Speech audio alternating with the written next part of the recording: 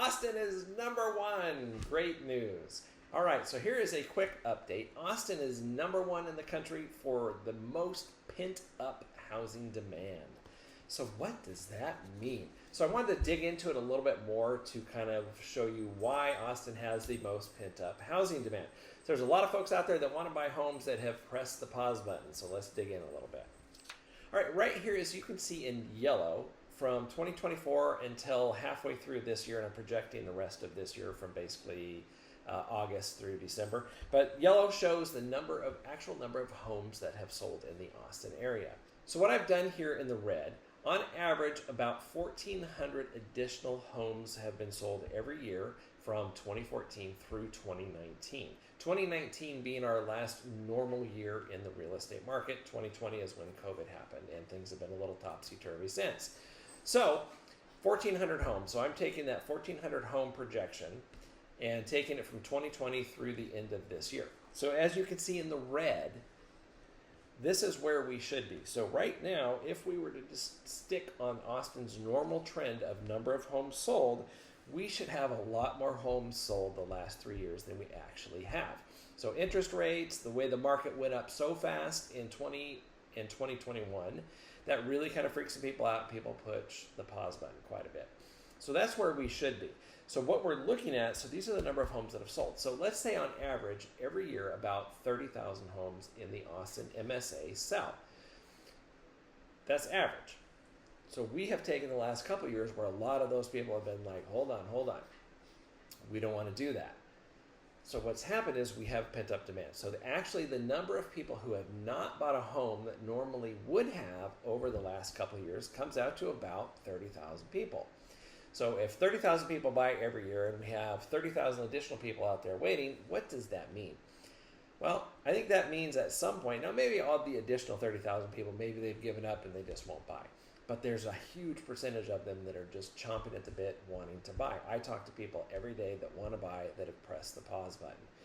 So when interest rates hit the magical number for them, whatever that happens to be, whether it's 6.5%, 6%, 5.75, whenever that happens, and we're probably going to see some decent interest rates next year, a lot of those people are going to pour into the market.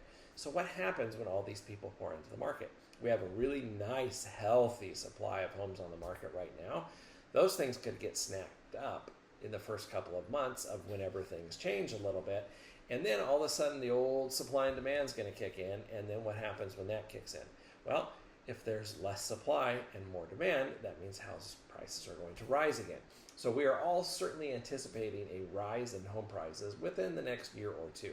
I personally think 2025 is going to be a pretty decent year for real estate. A lot of people are going to be getting back in because interest rates will be coming back down.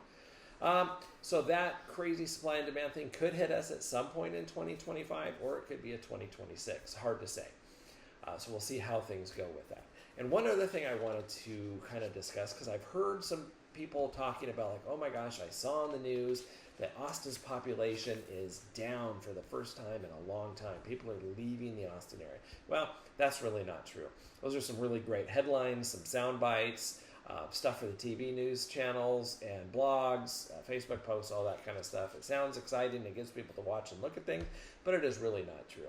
Let's take a look at what population has done 2024 through this year. Now, through this year, this kind of projects what's going to happen, how it's happening, because obviously we're not done with the year yet, but this will show you every single year since 2024, Austin's population has grown. And truly, it's like every single year in the last 30 years, Austin's population has grown. But I wanted to kind of match the data that I was showing you. So population continues to go up. So you see lots of new apartment buildings, lots of new home builders out there. So people are moving into apartments, sitting and waiting, or sometimes people are going to be going out to the new home builders, and they're looking at that to buy as well.